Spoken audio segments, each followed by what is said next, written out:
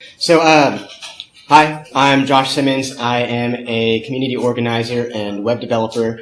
I spent time in freelance, in agencies, running an agency, running a startup, now as an employee. I failed a lot along the way, like a lot, and more than you could even believe. So my goal today is to talk to you about types of failure so that you can see them coming, try to avoid them. Also to talk about how to recover from failure, because failures, both big and small, are inevitable, and failure is hard. So let's see here. Okay, so with one note here, I had a habit of talking fast, so if I am speaking too fast, please just raise your hand. I'll slow down. I'm not going to take any questions because we don't have a whole lot of time, but I'm happy to talk in the hallway. So let's get started. This is one of my favorite quotations, and the idea is that, we're all here, we're all in the open source community, we understand the value of sharing.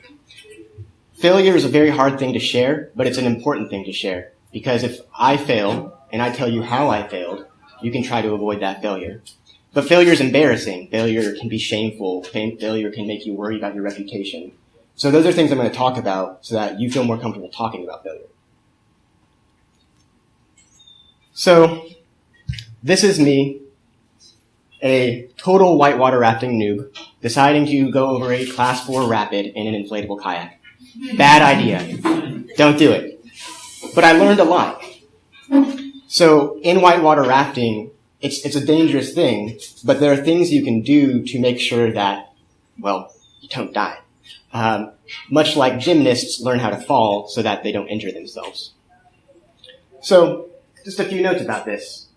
When you flip over in a raft, you want to make sure to get away from the boat. You don't want to be trapped under it. You also want to get away from all of the other people who are in the raft, because if you get entangled or you smash into each other at high velocity, it's not safe for anybody. You also want to do some other things to avoid drowning. For instance, you want to look for strainers. If you see bushes or dead trees that are falling into the river, you want to avoid those things, because if you get trapped in those, that current's going to push you under. But if you hit a strainer, you can climb over it, so there's a way.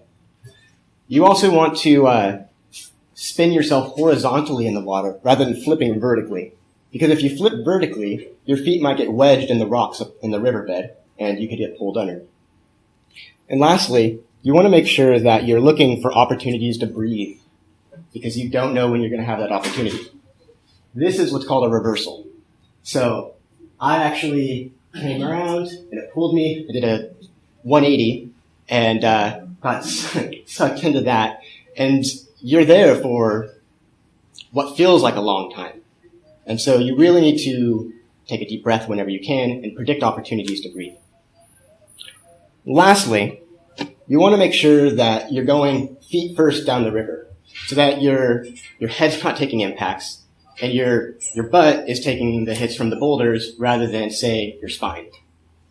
So this is just a way to illustrate that failure can be really dangerous, but it doesn't kill us, not all the time. And there are things that we can do to improve our odds of success and recovery from failure. Now, the analogy doesn't stretch this far, but I also think that failure is something that we can come out of stronger. I am a strong believer that failure is a better educator than, say, success. We could be successful for any number of reasons. But if we fail, we can usually backtrace it to a few different things. So, one last note before I really dive into the meat of the talk here. To be totally clear, this presentation is about failing well. Something that I did not do. I failed really poorly. And so there are lessons that I've extracted from that to help other people, help you do better than I did. All right. So we're going to start this talk with a top 10 list of ways to fail, or things not to do. One way to think about this is these are going to be types of failure. I can't tell you what exact failures you're going to run into. It's different every time. And so instead, we're going to look at types of failure so that you can sort of project into the future, look at where you're at, and see if you're setting yourself up for failure, Or if you're in a post-mortem, you can see what kinds of failures happened to lead you to where you got. All right. Let's dive in. Number 10, lose touch with people. This can mean a lot of things. You want to stay top of mind with your coworkers, with your former employers, with your clients. Whether you're a freelancer or an employee, you want to make sure that you preserve those relationships that you've built. Because the number one way to get work and to stay sharp is through your network.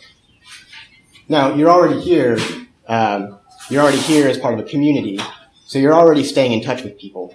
So it's not just staying in touch with your coworkers, with your past clients, but also just with your community. So there are a few ways that you can stay in touch and stay top of mind with people. You can attend events that they're going to. You can send them relevant news. If you know that they're into a certain subject that's relevant to their work, and you read something that's interesting, share it with them. People appreciate that. If it's not creepy, you can send them cards. If it's their birthday or a holiday, that depends on the relationship. You got to feel that out. Depending on what you're doing, you can run a newsletter. That's usually more appropriate if you're a freelancer rather than working for another company. They're going to do the newsletter. You can blog. Blogging is a really, really great way to stay in touch with people. And the last thing here, this is specific to freelancing. The best way to get revenue as a freelancer is from the clients you already have. Because the cost of acquiring a new client is not trivial. It takes a lot of work, a lot of relationship building. Sometimes clients won't come to fruition for months or years. So staying in touch with people is a really critical way to, again, stay sharp and to get business, frankly, to get business and job opportunities. In my case, I was so aggressive with expanding my network that I wasn't able to maintain those relationships. So for all of the dozens or hundreds of people that I've worked with, only in the last few years have I been staying in touch with them. That's a whole lot of lost opportunity there. Number 9, do not put all your eggs in one basket. Again, this is an example of types of failure. This means a lot of things. This means don't use only one marketing channel. For instance, if you know anybody who runs a small business who really enjoyed the free marketing opportunities they had on Facebook, you've probably heard them complain about the declining reach of their Facebook page. A lot of people started building their Facebook page as like their instead of a website because it was cheap, easy, free. They could do it themselves. And so when suddenly that marketing channel was decreasing, their business, their opportunities went down. But it's not just about marketing channels, and that mostly applies to freelancers and people who run small businesses. It's also about your skill set. You want to diversify your skill set, right? You want to be a T-shaped person. You want to have some expertise, but you also want to have an idea of what's going on in the rest of your industry, what's adjacent to the work that you're doing. So this could mean, for me, this means that, okay, I'm a web developer. I spent 14 years in web development. I made the mistake of spending 7 of those years using Drupal and only Drupal. So at the end of 7 years, I realized, oh my God, I don't think I know how to program anymore. You know, these skills, you need to use them. And so make sure that you're not over-investing in a single tool or framework. That could be Django, that could be Python, that could be...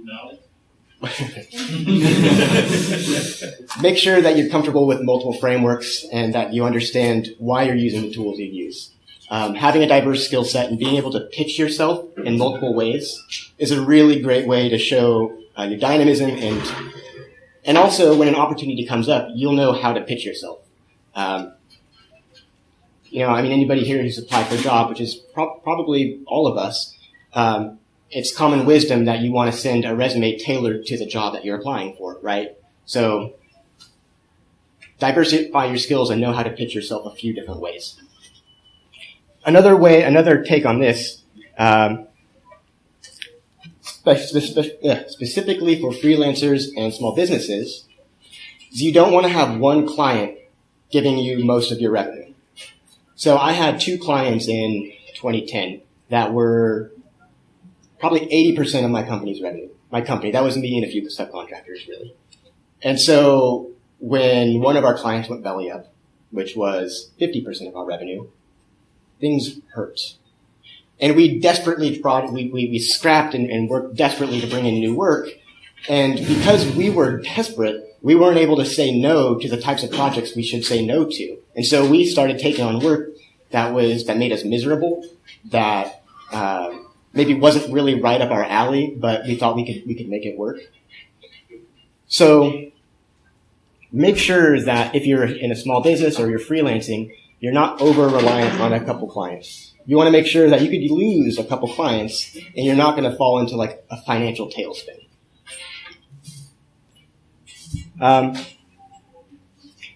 One other take on don't put all your eggs in one basket is you want to have connections at multiple companies, right? In this industry in particular, people change jobs pretty often. I think the average in the Bay Area where I'm from is like 1 job every 2 years. So a great way to make sure that you're able to make those jumps, you're able to move up in your career, is to come to events like this and network with people who are at other companies that you think you might be interested in working for in the future. All right. Number 8, do not work yourself out of a job. This is an easy thing to do as a freelancer. We are generally craftspeople, right? We enjoy building things. We don't necessarily enjoy sales or marketing. We probably don't enjoy finance. But the reality is, if you have a project and you're heads down on that project for weeks, months, whatever, and you haven't been doing sales and marketing, then what you're going to find is you've completed this project, you're thrilled about it, you're excited about it, you get paid, hopefully. And then where's that next check coming from? Where's that next project? So if you're in the business, if you're working for yourself, or you ever plan to, make sure that you're familiar with the idea of a sales funnel and sales cycles.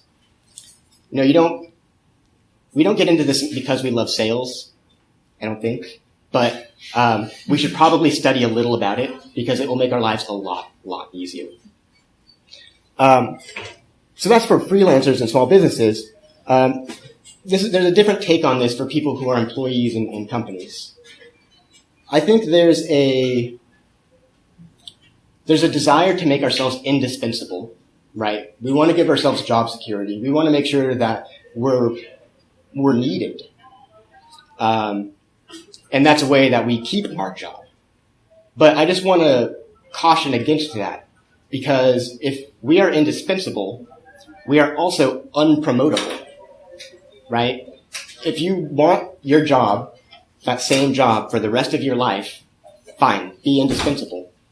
But you probably don't. You probably want to move on. You want to be able to work on different things at different companies and do more. So, really, for employees, working yourself out of a job, it mostly means just staying sharp, right? So the example from before where I spent way too long using Drupal, I ended up having less opportunities later because that was really all I did. Number 7 is one that I think you're all like doing pretty well here. Don't be an island. And what I mean by that is join the community. Join communities online and off. Come to events like this. Come to meetups. Help run them even. And this, again, back to earlier, this is the best way to stay sharp and the best way to find job opportunities. So this doesn't mean you have to be going to events weekly, but maybe you should monthly. Just make it a regular thing so that people are aware of you and they know what you're good at. And so when they hear an opportunity that's relevant to you, they say, oh, hey, I know a person who does that. And they'll send that your way. This also, a lot of these are interrelated. This also harks back to don't put all your eggs in one basket.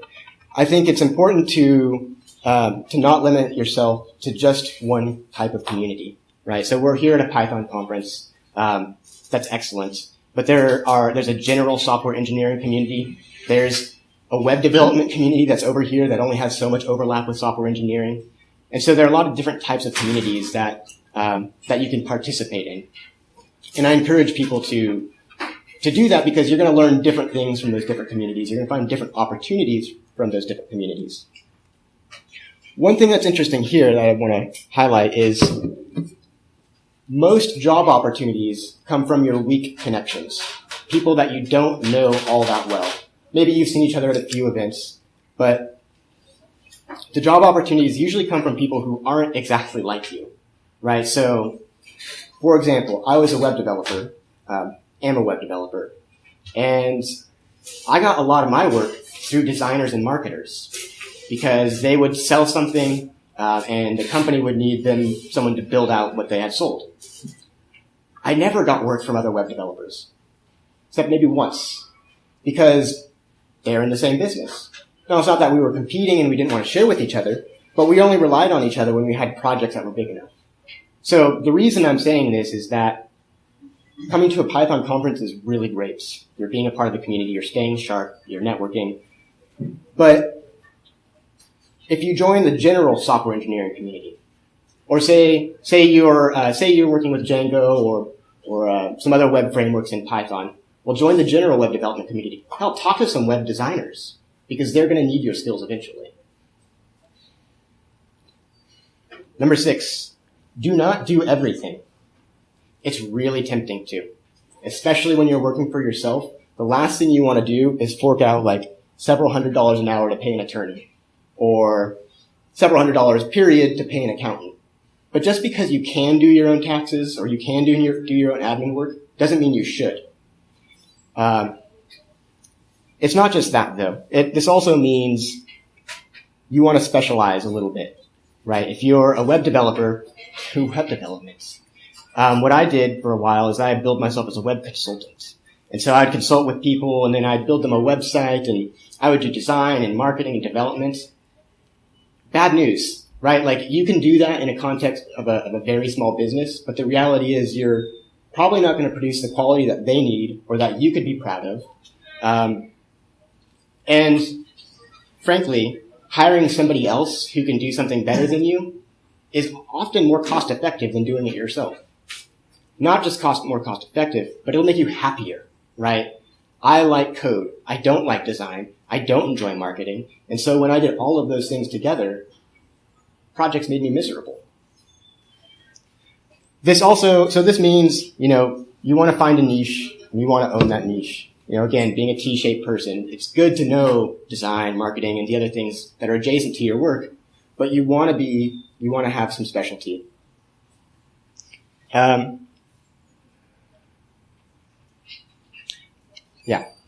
The best way, again, these are all interrelated, the best way to not do everything, join your community and find the people that you can share the work with. Number 5, do not surprise people. And I'm not talking about like, hey, here's a bottle of wine for Christmas or your birthday. I'm talking about expectations, right? So, for instance, I am a perfectionist, and it's a horrible thing. Because what I will do is I will be working on a project, and say deadlines start slipping. My first impulse is to not say anything about it. My first impulse is to go heads down and say, you know what, I'm going to work this weekend. I'm going to get back to them Monday. It's going to be perfect. It's going to be done, and everybody's going to be happy. Bullshit. It's not true. It's not true. The worst thing is going silent on somebody. People are really reasonable. Like, more often than not, when I told a client that I was going to be late on something, they would work with me on it. And then they wouldn't be upset. So, don't surprise people, whether that's with slipping deadlines or scope creep or the increase in cost, or cost overruns. Make sure that you're setting expectations. You're not going silent on people. Surprises generally are not good in business. Let's avoid them. Number 4, give it away for free. Don't do it. Now, this is an interesting thing to say in context of open source, right? We are a community. We're all contributors. We're all trying to build something for the commons. I'm not talking about that. That's excellent work, and we need to continue doing that. What I'm talking about here is when your aunt or your best friend or your little brother says, hey, you can do programming, right? You can build websites. I've got a new band. Would you build us a website? And if you're early in your career, it's tempting to say yes. It's tempting to say, yeah, I need work in my portfolio. I need practice. And so you'll say, sure, I'll do it gratis. And I'm not saying that you can't do things gratis. It's great to do favors for each other, right? I mean, if you have a doctor or a lawyer in the family, you want to be able to lean on each other. What I mean here is make sure people understand the value of what you're giving them, right? So if you do work for a nonprofit, do pro bono work, or if you do work for a friend for free, still give them an invoice. Show them the value of your time, because our time is valuable, and they need to know that, and they didn't know what they got from you. Ask for recommendations. Get something in return. It doesn't have to be monetary, but don't give it away for free. That is a really easy way to burn yourself out. So I'm running short on time here, so I'm going to try to pick up the pace a bit. Number 3, do not overcommit. Saying no is really hard, but it's probably one of the best skills, one of the skills that will serve us best in our life. For me, for instance, when 2 clients went belly up and my company lost 80% of our revenue, we were scrapping to bring in work, and I brought in a lot of work. I'm good at that. And what ended up happening was I brought in extra work. I showed it to the devs on my team, because at this point I was doing mostly sales and marketing and admin stuff. And they said, what the hell, Josh? We don't have time to do this. We're heads down on these projects. We can't do it. And I thought, okay, well, I'm a web developer, and these are just basic Drupal websites. Sure, I can do it. Again, bullshit. Don't do it. Learn to say no. It will serve you really, really well. Make sure you understand your priorities, and learn how to delegate and subcontract to other people. Do not work without a contract. A lot of people think contracts are onerous or punitive or things that you only do when you don't trust somebody. That's not true at all. A contract is just an understanding. And in fact, now I'm not a lawyer. I don't know what the laws are where you're from. But where I'm from in California, if you have a memorandum of understanding, just a fancy name for a letter, if you just explain what the agreement is, there you go. You've got effectively a contract. Contracts are great because when no one plans to crash, no one plans to fail, but things happen. And so if you have a contract, it will define, okay, how do we unwind this project? How do we arbitrate? How do we split ways amicably? Don't work without a contract. Even if it's with your brother or your best friend, have a letter of understanding. There are a lot of great contracts online. I really advise people against using template contracts. It doesn't feel great to pay a lawyer, but it's money well spent. And you can use that one contract again and again and just pay them a little less to tweak it each time. Do not fail to measure. Don't fail to measure. This was my number 1 failure. So again, I thought of myself as a craftsperson. I love building websites. And so that's what I'm going to spend my time doing. What I didn't know was, I should also say, personally, I was not financially literate. And so, for instance, I didn't have a personal budget. I also didn't have a budget for my business. I didn't know how much money I needed to make. I didn't know how long it would take me to build things. I was often so caught up in getting things done that I would say, I don't have time to track all my time. Bullshit. Because you need to know how you spend your time so that you can build better estimates. The better your estimates, the more accurate, your estimates, the better compensated you're going to get. And the more you know these numbers, if you know what you need to make, if you know what your capacity is to get things done, and if you know what your utilization of that capacity is, and you realize the math doesn't add up, well, then you know that you can increase your rates. I never had that. And so I was working for really not enough, and I was just constantly barely getting by. Don't put yourself in that position. Measure. So that's the top 10 things not to do. That's useful in context of you might be able to look forward, look at your situation and say, okay, I've got too many eggs in one basket. Let me diversify. You might realize that, I've been at home working on my projects and I haven't been doing a whole lot in terms of networking with people. Fix it. But it's also useful, again, in context of postmortems, in figuring out what went wrong. So let's talk about how to fail well. First, you have to think about managing the relationship.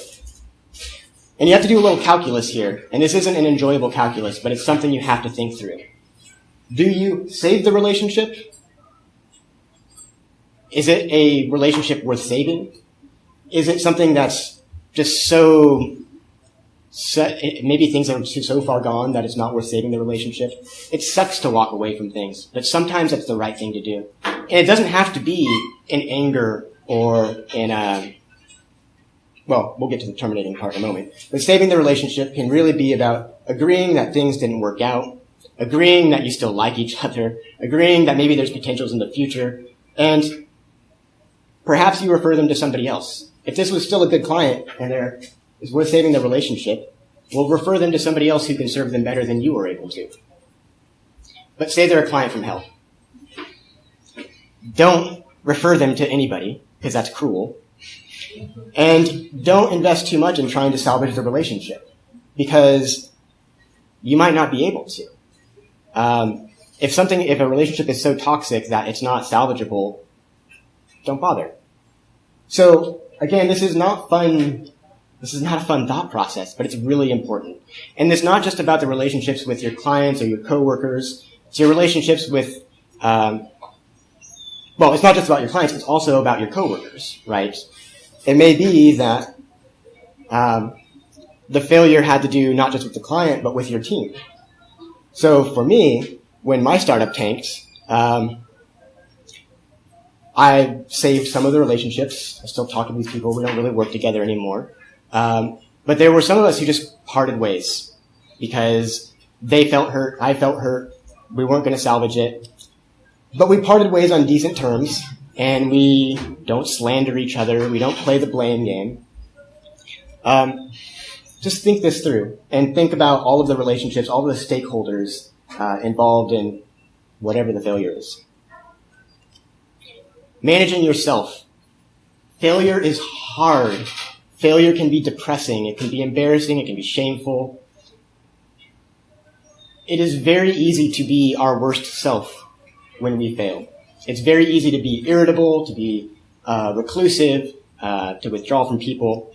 So just remind yourself that failure isn't the end. There's going to be a future. Take it one step at a time, because it's easy to get overwhelmed with trying to solve everything and fix everything. And empower yourself, right? It's easy to feel powerless in the face of failure. For me, something as simple as cleaning my house gives me a sense of power that I can gain a little control over my life, and I can make some steps. When my startup tanked, I also went hiking a lot. I had just enough money to take a vacation, and that was really, really healthy for me. That allowed me to get away from the problem. That allowed me to get perspective on the problem and to move on. So take care of yourself, because failure is hard. Lastly, manage your reputation. Now, I think this is what people worry most about when we think about failure. What will people think of me? So I have a few tips here. Don't let it snowball by going silent or being reclusive or not talking about it. Don't let other people tell you what your narrative is. So for me, I figured out what happened, the story I was going to tell about how the failure happened.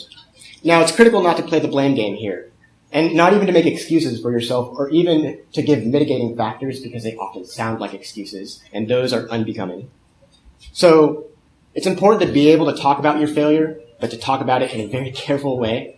And that narrative is not only helpful in terms of other people being able to talk about what happened, but also for your own understanding of what happened. So think through the story, be honest, be vulnerable, and think about what you stand for, and really double down on what your values are. For me, again, after the start tanked, I helped run a charity hackathon. And so when people see, like, okay, well, there's this guy who blew up his startup in all these ways, what's he going to do now? Well, I didn't have to say anything because I was just doing things. And what can anybody ask? What can someone ask of you than that you do good work, right? So focus on action rather than making a lot of noise in the wake of these failures. So this has been a condensed version of the talk. Apologies if I missed any points. Please fail well. You can find me on Twitter at Josh Simmons. And if you have any questions, I'll be in the hallway. Thank you.